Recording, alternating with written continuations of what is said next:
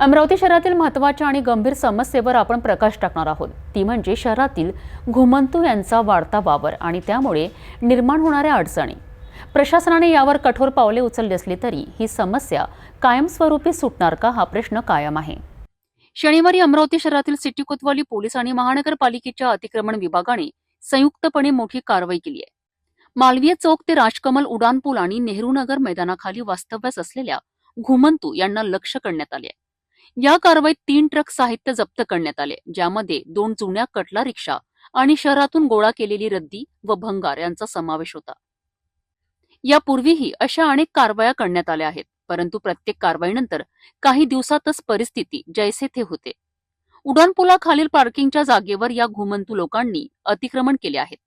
तेथेच ते स्वयंपाक करतात, परिसरात घाण करतात आणि गोळा केलेला भंगार साठवून ठेवतात। यामुळे परिसरात मोठ्या प्रमाणात अस्वच्छता पसरते, तसेच ये-जा करणाऱ्यांना लूटमार आणि चोरीसारख्या घटनांचा सामनाही करावा लागतो। अशा घटना यापूर्वीही घडल्या आहेत। या कारवाई दरम्यान घुमंतू लोकांनी विरोध केला, परंतु प्रशासनाने कारवाई सुरूच ठेवली आहे। सिटी कोतवालीचे ठाणेदार मनोहर कोटनाके, डीबी पथक, पोलीस कर्मचारी, मनपा अतिक्रमण प्रमुख योगेश कोल्हे आणि इतर कर्मचारी मोठ्या संख्येने या कारवाईत सहभागी होते। स्थानिकांचे म्हणणे आहे की जर प्रशासनाने खऱ्या अर्थाने इच्छाशक्ती दाखवली आहे तर ही समस्या कायमस्वरूपी सोडवली जाऊ शकते। कारवाईच्या वेळीच जर स्वच्छता कर्मचारी आणि पाण्याच्या गाड्या सोबत आणल्या तर परिसरही स्वच्छ होऊ शकतो।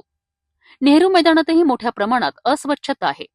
महानगरपालिका आयुक्त सौम्या शर्मा यांनी स्वतः यावर लक्ष दिल्यास यावर योग्य तो मार्ग काढता येईल अशी अपेक्षा व्यक्त केली जात आहे। या कारवाईमुळे तात्पुरता दिलासा मिळाला असला तरी या समस्येवर कायमस्वरूपी उपाय शोधणे आवश्यक आहे। प्रशासनाने कठोर पावले उचलण्यासोबतच या भटक्या विमुक्त समाजाच्या पुनर्वसनावरही लक्ष केंद्रित करणे गरजेचे आहे, जेणेकरून ही समस्या मुळापासून दूर होईल।